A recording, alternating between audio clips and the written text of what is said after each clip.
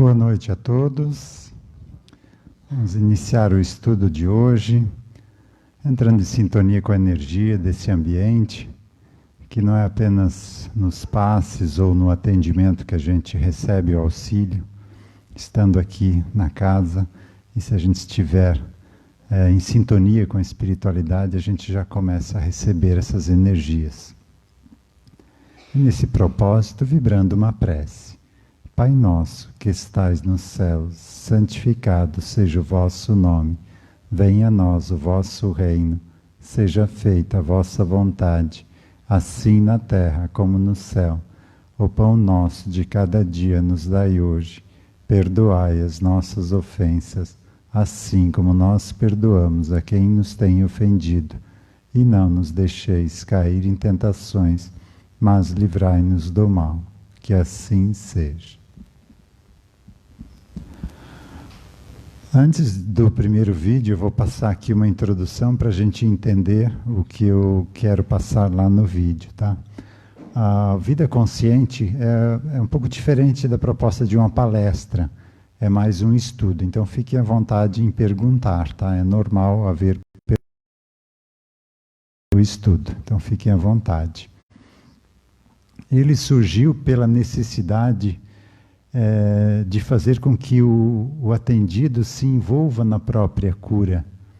Porque até então, as pessoas vinham aqui na casa, assistiam palestras, começou a notar que essas pessoas, 1 ano depois, 6 meses depois, estavam de volta. E pegando a ficha da pessoa, a reclamação era quase a mesma. Aí a gente começou a se perguntar, mas o que está acontecendo, né? O atendimento não está sendo efetivo, o atendimento na casa, para ela entender qual o papel cura, por que ela chegou nesse ponto, como pode sair dessa situação, porque o atendimento não é milagroso. Realmente a gente vê maravilhas, mas a pessoa precisa estar empenhada, ela precisa querer, precisa estar buscando e, acima de tudo, precisa mudar, porque se você querer auxiliar uma pessoa que ainda se compraz no crime, porque você liberta ela lá da prisão, ela vai voltar a fazer aquilo. Então, esse atendimento tem sentido quando a pessoa não quer mais viver daquele jeito. Aí sim há o auxílio e a gente vê verdadeiras maravilhas nesses atendimentos.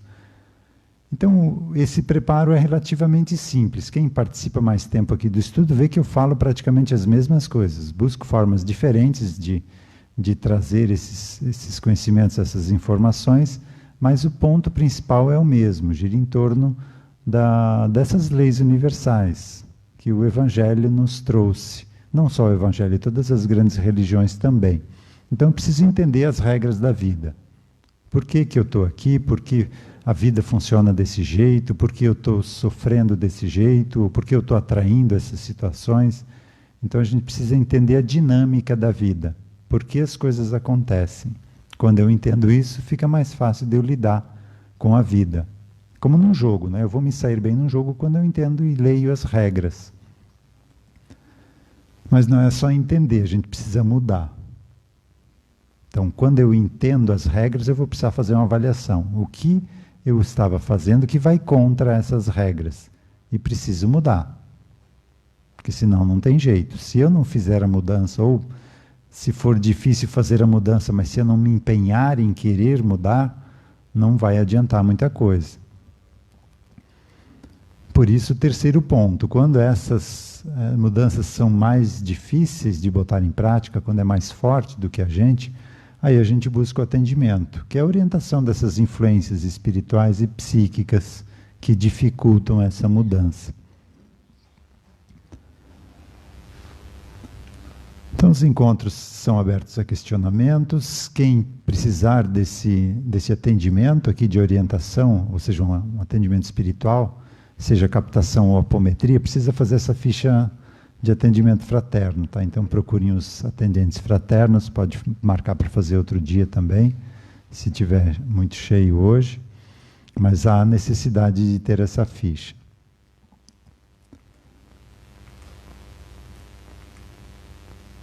Quando eu falei que que essas leis estão em todas as religiões, essa é a ideia básica aqui, né? Que está em todas as grandes religiões, né? Não faças aos outros aquilo que se a ti fosse feito, causar-te a dor. Ou amar ao próximo como a si mesmo, né? É a lei de causa e efeito. Então ela está dizendo que tudo que você faz para o outro vai voltar para ti. Então cuida com o que você faz. Sempre se coloque no lugar do outro. Porque você vai estar lá. Nessa ou em outra vida. Se nessa é difícil, provavelmente em outra. Então, nos atendimentos, até o ano de 2010, mais ou menos, tinha muita influência espiritual. Ou pelo menos era o que se dizia, né? Que a pessoa estava obsidiada. Tinha um espírito ali do lado dela, querendo prejudicá-la por algum motivo. Até então não se tinha um conhecimento dessa influência do nosso psiquismo. Vidas passadas nossas e de quem vive com a gente. Essas consciências interferem simultaneamente na vida um do outro. Então, até então dizia que se atendia apenas espíritos. Na realidade, a gente estava atendendo isso aqui, mas não sabia que estava. Agora a gente está estudando esse aspecto aqui, a gente aprendeu a identificar quando é uma consciência do psiquismo, quando é um espírito que está ali querendo prejudicar. Não é que não existam espíritos, existem. Mas, via de regra, a gente já se basta e quem mora com a gente já nos basta para causar essas dificuldades todas. Dificilmente alguém de fora consegue achar espaço para causar um pouquinho mais de problema. Então, o que eu entendo de mim hoje é essa pequena parte aqui, ó, que a gente chama de consciente. É só os aprendizados, conhecimentos, memórias e vivências atuais desta existência. A psicologia compara a nossa memória integral como um iceberg, né? A ponta que fica assim é o consciente, que é apenas 5% do total. A grande maioria da nossa memória é inconsciente. É dentro deste inconsciente que está o nosso psiquismo. Ele funciona com algumas partes desse inconsciente que estão em atividade nessa existência, pelos aprendizados desta existência. E neste inconsciente estão todas as nossas vidas pretéritas. Então, tudo que a gente viveu está no nosso inconsciente. E como a gente está em final de curso aqui na Terra, final de transição planetária, não é final do mundo, tá? É final desse plano de provas e expiações e adentrando no mundo de regeneração. Então, como a gente está no final desse curso, a gente já fez de tudo, já passou por tudo. Por isso aquela orientação do Evangelho de não julgar, de não apontar o dedo. Porque a gente já fez de tudo mesmo. Então já passamos pela corrupção, pela nobreza, pela mendicância, infantilidade, deficiência, prostituição, na igreja, em vida no campo, em torturas ou em discriminação, no ensino. Então já fizemos de tudo. Mas, via de regra, essas vidas não têm esse entendimento que a gente tem hoje. É só a gente olhar para a história da humanidade, né? A gente não tem muito o que se orgulhar. E fomos nós que fizemos essa história ao longo dessas vidas passadas nossas. Então, a maioria dessas consciências nem sabem que desencarnaram ainda. Estão presas nessa memória. O corpo já desencarnou. O corpo desencarnou não, o corpo se desintegrou. Já morreu, já voltou ao pó. Mas a consciência que animava aquele corpo, ela não percebeu isso, porque no momento do desencarne é como que uma proteção que faz com que a consciência entre em inconsciência, como se ela tivesse desmaiada naquele momento para não sofrer aquele trauma. E algum tempo depois ela volta a si e está viva, então nem passa pela cabeça dela que morreu, até porque ela não morreu. Quem morreu foi o corpo. E o corpo espiritual é muito parecido com aquele corpo, até porque é a mente que molda esse corpo, né? Então você está acostumado a viver com o corpo, esse corpo fica plasmado no mundo espiritual. Então, o que eu quero dizer aqui é o seguinte: a maioria dessas vidas passadas nem sabem que desencarnaram. E hoje estão atreladas a nós, numa nova vida, mas presos a uma moral antiga, a costumes antigos, a regras antigas. Por isso que a gente tem tanto preconceito. A gente não fala, mas a gente tem, né? em determinadas situações a gente se pega, poxa, como é que eu estou pensando isso, né? Isso é errado. É influência dessas consciências nossas, passadas, que estão em atividade hoje. Nos influenciam, porque hoje aquela pessoa lá que me prejudicou é meu pai, me devolveu a vida, ou minha mãe, ou é meu filho, né? Então, como a outra pessoa está próxima, essa memória aflora, ela acorda do inconsciente.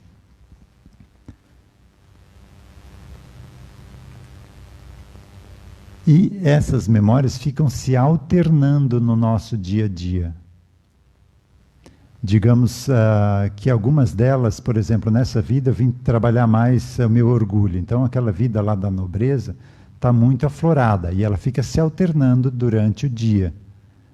E eu vim trabalhar também outra questão que é contrária à nobreza, que é da mendicância. Então, elas andam alternadas, né? Então, essas consciências ficam se alternando durante o nosso dia. E para isso eu vou passar um vídeo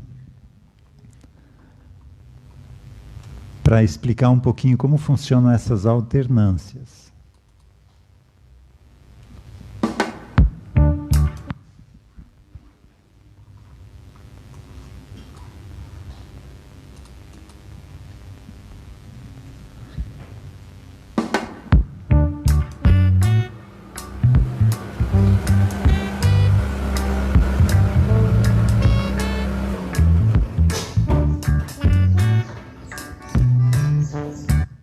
Percebe que uma parte ficou aqui no carro, outra parte saiu?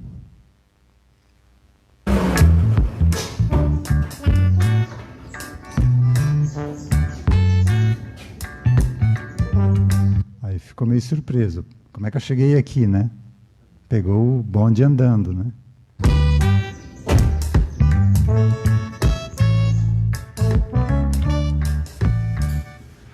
Ó, com o celular na mão.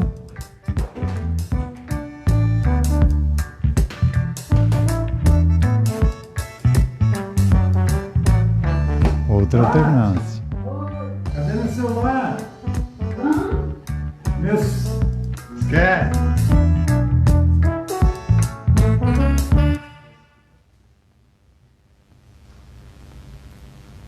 Então, uma parte do meu psiquismo que está muito acostumada com essa automatização de dirigir é que entra em ação quando você está dirigindo.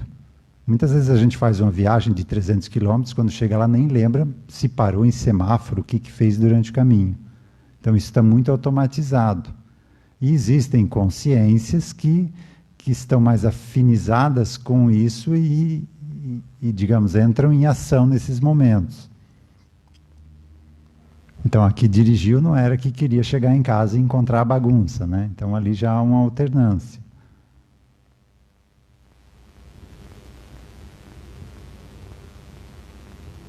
E um deixou o celular ali e saiu de cena.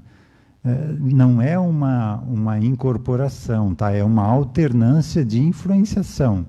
É uma outra área da memória que está ativada.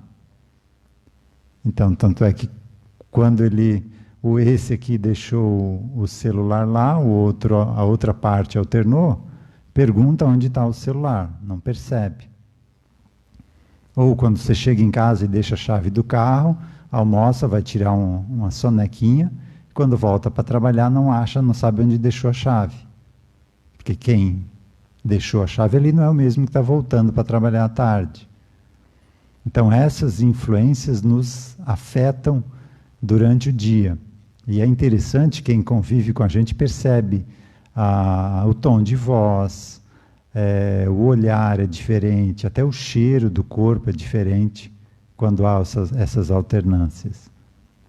E eu comecei, depois desse estudo, comecei a me policiar, porque tinha um eu muito rabugento quando estava trabalhando. Eu trabalho com programação, e isso é muito técnico, envolve muita concentração, né? Então, os filhos, a esposa, olhavam bem antes para ver como é que estava, para ver se podia chegar e perguntar alguma coisa.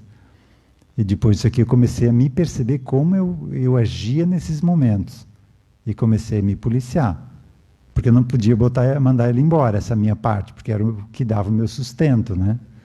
Então é uma parte muito científica do meu psiquismo que me auxilia no desenvolvimento de aplicações.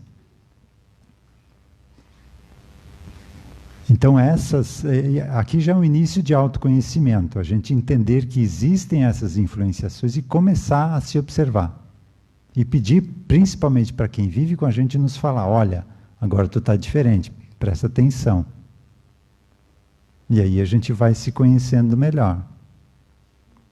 Eu agora já consigo controlar, quando eu estou no computador e chega alguém, eu consigo frear essa rispidez. Mas eu preciso fazer um esforço. E essa minha parte, que não sou eu hoje, é uma parte que me influencia nesse trabalho, também com essa minha atitude vai melhorando.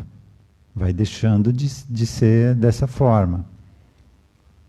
Então isso aqui seria mais uma influenciação de atitudes no dia a dia. E é a que causa mais dificuldades. Por exemplo, lá no passado, eu tirei a vida do meu filho, por exemplo. E hoje eu precisei devolver a vida para ele, a causa e efeito, né? Então existe uma dificuldade de relacionamento minha com meu filho, ou dificuldade minha com meu pai, ou com a minha mãe. Essas são mais difíceis da gente resolver, porque há necessidade de um atendimento, de resgatar essas consciências do passado, porque, como eu falei antes, elas nem sabem que desencarnaram ainda. Então, você precisa tirá-las daquela fixação mental, mostrar para elas, ó, o corpo já desencarnou, essa vida já se encerrou. No passado foi você que também o prejudicou, por isso ele conseguiu te prejudicar agora. Então, há esse esclarecimento dessas consciências do nosso inconsciente. A partir daí, a nossa vida começa a ficar mais tranquila. Você consegue dar um abraço verdadeiro no teu pai, depois de algum tempo. Porque não tem mais aquele eu ferido do passado que impede que eu dê um abraço, que eu agradeça por tudo que ele fez por mim nesta vida. A gente vai entrar no estudo da trilogia. Do que eu passei até agora, dúvidas?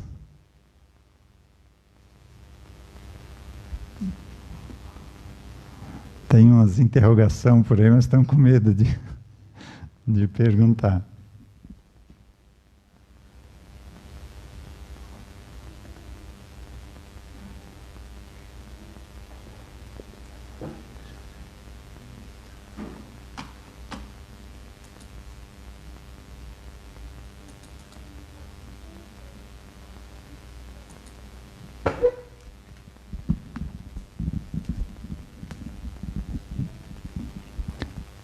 Agora a gente está no segundo livro dessa trilogia. Quem tiver interesse, aqui eu trago mais a parte ligada aos atendimentos, mas tem muita informação interessante. Ele foi muito feliz nessa abordagem, tanto individual quanto essa evolução planetária, e a gente está vivendo o pico mais intenso dessa transição agora. Então, quem tiver disponibilidade de tempo, vale a pena essa leitura aqui. E começando um novo capítulo sobre religião. A gente vê pela história da humanidade que o ser humano nunca foi muito razoável, né? E sempre quis impor as suas crenças, a sua forma de viver para os outros. Por isso que a gente tem guerra até hoje, né? Literalmente, até hoje. E a gente viu isso. O povo judeu recebeu os 10 mandamentos, e com isso cristalizou uma religião em torno disso. Quando veio Jesus, que foi profetizado por Elias e por outros profetas, né, não aceitaram. Aí Jesus veio, como foi anunciado, trouxe uma mensagem um pouquinho mais elaborada, ou bem mais elaborada, aliás, né? E não foi aceito pela sua época. Depois de algum tempo, o povo se reuniu em torno daquela ideia e construiu uma igreja em torno dela, mas cristalizou também, e em torno dessa ideia fez cruzadas, Inquisição, Santa Inquisição, né?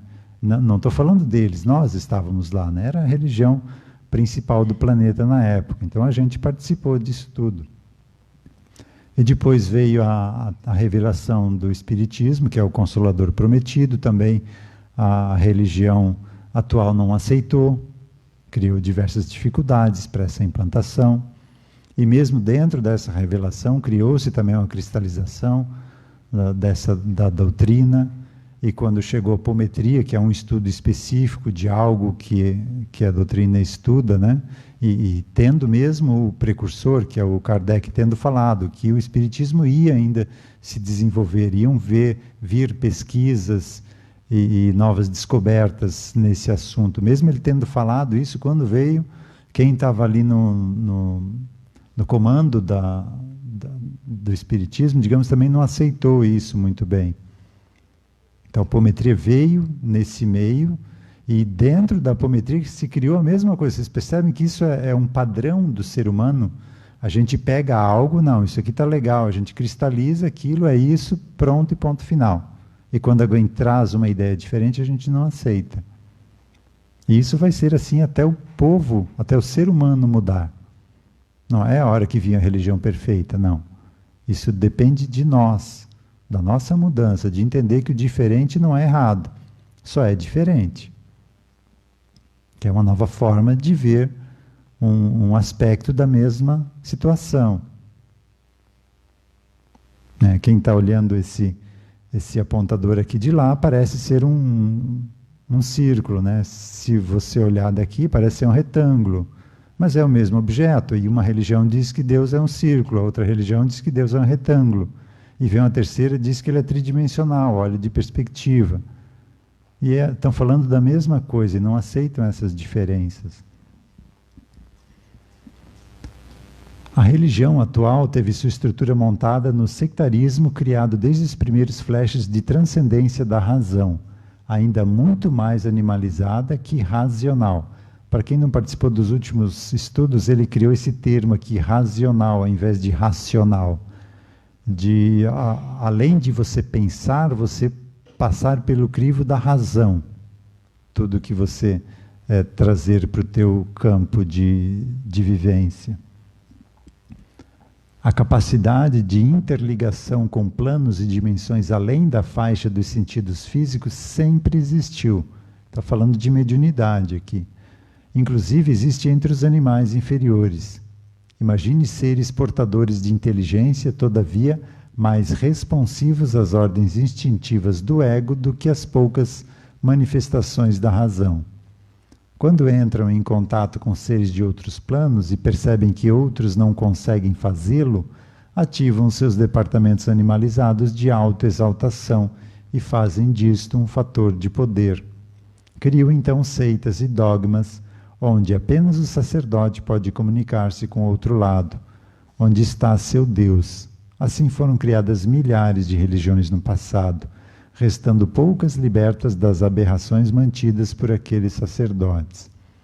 Outros ainda criam religiões focando os missionários ao invés das suas mensagens, e se fizeram sacerdotes de interpretações.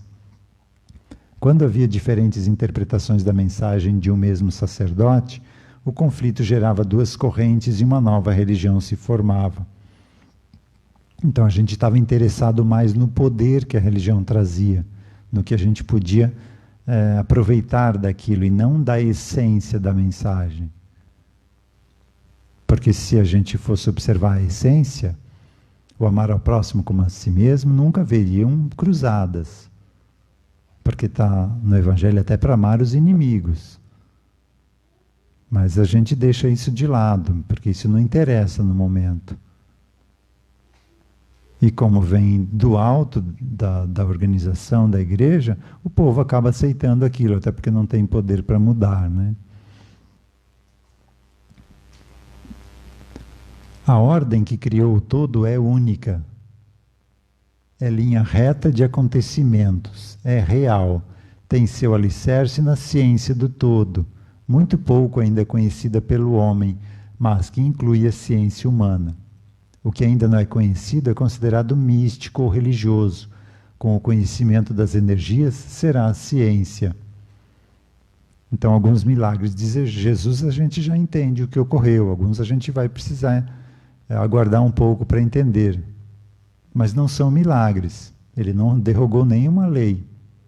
Ele utilizou a manipulação de energias, que a gente agora está começando a entrar em contato, para fazer certas coisas, para fazer curas. Essas curas eram, na maioria das vezes, no corpo espiritual, que reflete diretamente no físico. Por exemplo, um cego de nascença, que a vista está perfeita, mas quem está cego é o espírito, ele carrega, ele renasceu naquele corpo perfeito, mas desencarnou cego. Então ele não consegue enxergar mesmo tendo o aparelho saudável, o olho saudável, todo o mecanismo do sistema visual. E isso a gente teve exemplos em pessoas que têm esse distúrbio de personalidade múltipla, se não me engano foi na Europa. Quando essas personas se alternam, aqui eu estou falando de patologia, não foi daquele exemplo que eu dei meu ali chegando em casa, do quem usa o carro, de quando volta para o trabalho, né? Essa alternância, ela é completa. Quem estava antes não lembra mais o que aconteceu na ausência dele. Então, em alguns desses casos, a pessoa que tinha esse distúrbio tinha uma personalidade cega. E quando essa personalidade cega alternava, eles faziam exames laboratoriais se realmente a parte do cérebro ligada ao visual não entrava em ação.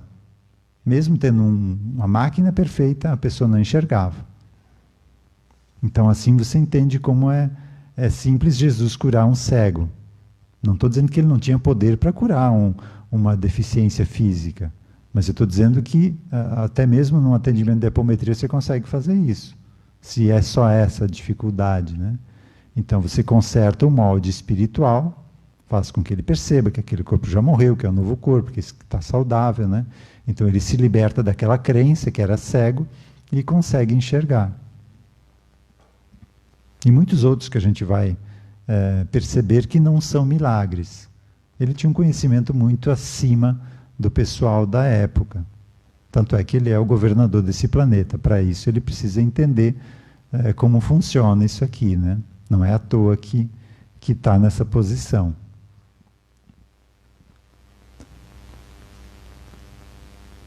De posse de mais um fator de divisão, agora chamado religião, foi utilizada por mentes animalizadas para se exaltarem, competirem e imporem as suas leis, regras e formas de pensar. Mas, veja, foram criações e imposições humanas sobre um cerne real. Então, Jesus não fundou nenhuma religião, ele trouxe uma mensagem de amor, a lei de amor. Nós, seres humanos, criamos uma religião em torno dessa mensagem. Então é o ser humano que deturpa. Não é a religião que é ruim. É o que nós, seres humanos, fazemos dela. Então não tem nenhuma religião ruim. A gente viu naquela outra listagem lá das grandes religiões do mundo, né?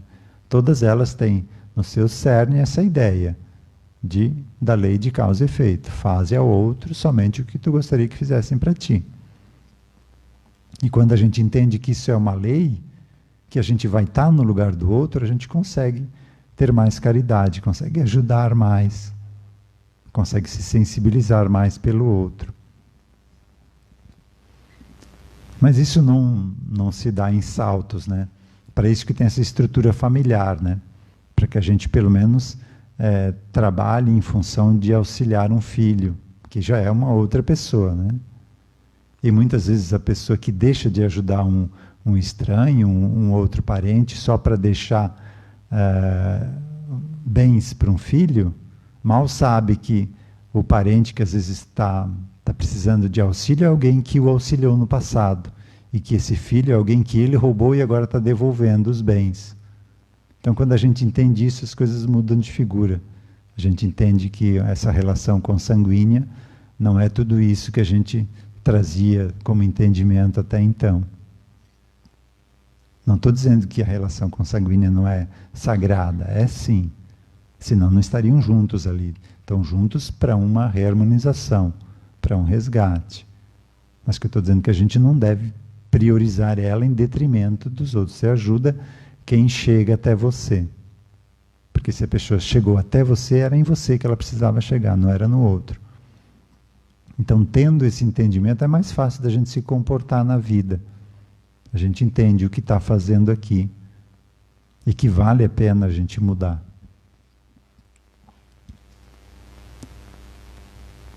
A religião é criação humana e tão transitória quanto o idioma ou tradição de certa cultura. A espiritualização é processo evolutivo da mente humana e evolui livre no exercício do amor, dentro ou fora de qualquer religião. E aí vem a pergunta, qual é a melhor religião? Vai depender de cada pessoa. É aquela que te faz ser uma pessoa melhor. Não importa qual seja. Para uma pessoa que vem durante 5 vidas lutando contra o alcoolismo, não vai ser aqui, com a doutrina espírita, que ele vai ser melhor beneficiado. Ele precisa de uma religião castradora, que segure firme ali para ele conseguir mudar esse vício. Então não dá para dizer que uma religião é melhor que a outra. Depende da pessoa. Tem religião para todo mundo.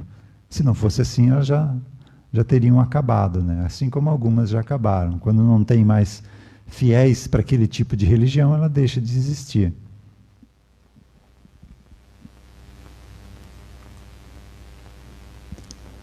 A engrenagem, ou essa lei universal, da qual todos os seres fazem parte, é perfeita e sua essência é a evolução, sem fantasias, sem dogmas, sem seitas.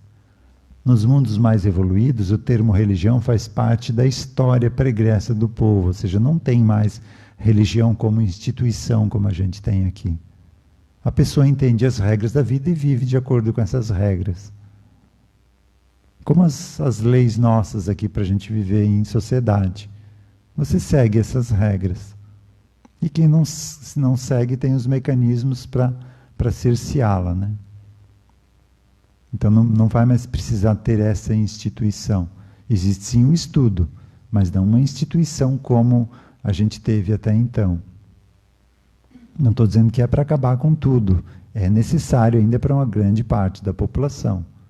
Então, depende da pessoa, ela precisa, naquele ponto evolutivo dela, daquela religião.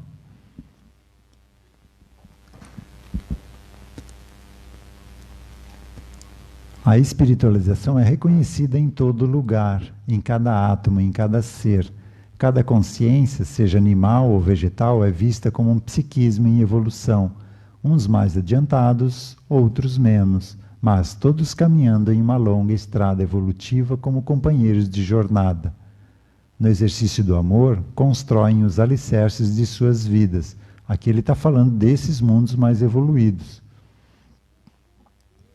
Reconhecem a engrenagem cósmica como perfeita e aceitam as situações impostas como reequilibrantes, sem resistência. Admitem um Deus único que criou tudo na mais perfeita harmonia e percebem o sistema de energias de atração que regem os fatos. Procuram estar sempre em harmonia com seus pensamentos e buscam templos multissensoriais para dispersarem suas energias densas e reenergizarem-se com fluidos salutares provindo das mais elevadas esferas vibratórias, o que é feito por meio dos passes atualmente, mas de forma coletiva, cada qual com a sua energia em contato direto com os fluidos do Criador, sem intermediários.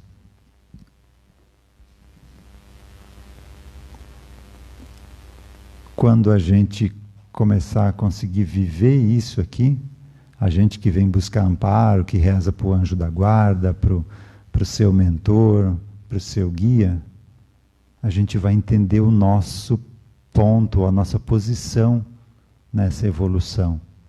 Que nós também somos anjos da guarda, que nós também somos mentores de seres que estão na nossa retaguarda. Dos animais, por exemplo. E a gente vai mudar a nossa forma de nos relacionarmos com os animais. Não só aqueles de estimação que a gente tem em casa, com toda a cadeia animal. A gente não vai fazer um uso apenas para o nosso aproveitamento disso. A gente vai entender que é um ser criado por Deus, que está num processo evolutivo, que nós também já estivemos nessa posição há muito, muito tempo. Diria milhões de anos. Mas já passamos por isso. Então, como é que eu vou pedir amparo para o meu mentor, para o meu anjo da guarda, se eu trabalho para matar um animal para saciar minha fome?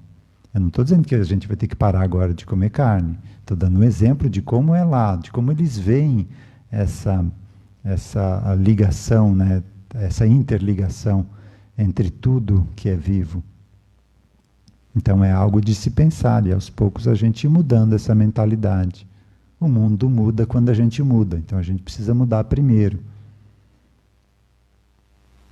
E assim faz mais sentido, né? Quando eu entendo o porquê disso, fica mais fácil botar em prática. Dúvidas? Peguei pesado hoje? Mas é o objetivo, a gente pensar a respeito do que a gente está fazendo da vida. É o título desse estudo, Vida Consciente. A gente veio até então com o piloto automático ligado, né? A gente começa a semana, ou começa o dia querendo terminar para descansar. Começa a semana querendo terminar para no final de semana festar. Ou querendo que acabe o mês para o salário, ou acabar o ano para as férias. E bota no piloto automático. E quando vê, a gente está no final da vida. E o que a gente fez dela? Então a gente precisa assumir as rédeas da nossa vida. Entendendo o que é bom fazer, o que é bom a gente começar a cuidar, entendendo o que nos afeta. Aí a vida vai ficando mais tranquila. A gente se liberta dessa escravidão. Porque a gente vive num mundo que nos induz a correr atrás, né? É tão insano isso que o segundo lugar já é considerado perdedor, gente. Não faz sentido isso. E a gente desde pequeno é ensinado a viver desse jeito, a ser o melhor. Então aprender a viver em sociedade, como uma aldeia global, né? Cooperando, como aquele vídeo da semana retrasada do Ubuntu, né? Das crianças lá da África, né?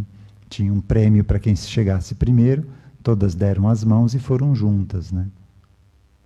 Aí o antropólogo perguntou, né? Mas por que fizeram isso? Aí ela falou, como uma de nós ia ficar feliz se todas as outras iam ficar tristes, né?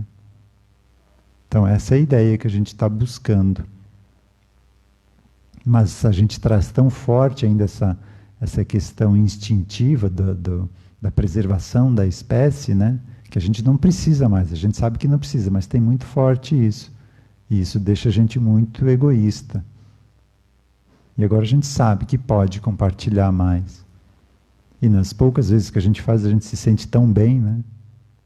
Mas ainda é muito forte, é difícil a gente conseguir repetir a dose. Mas não é para ficar triste, é assim mesmo que a gente muda. A evolução não dá saltos. E primeiro a gente entende que vale a pena e depois a gente começa a mudar aos poucos. Podemos encerrar?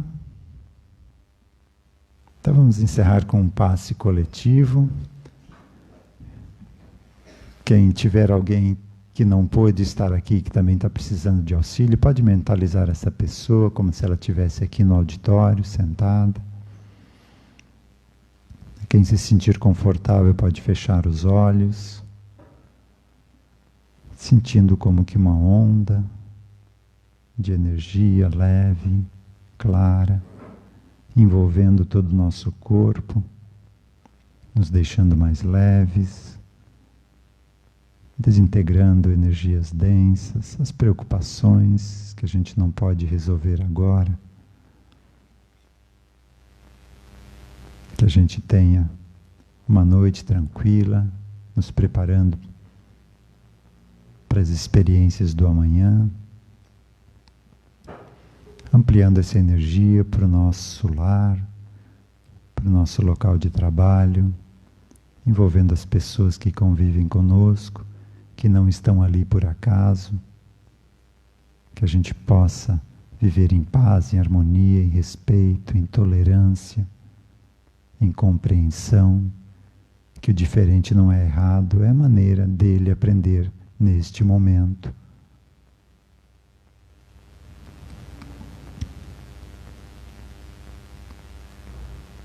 Que sejamos todos abençoados, que possamos levar essas bênçãos por onde a gente passar.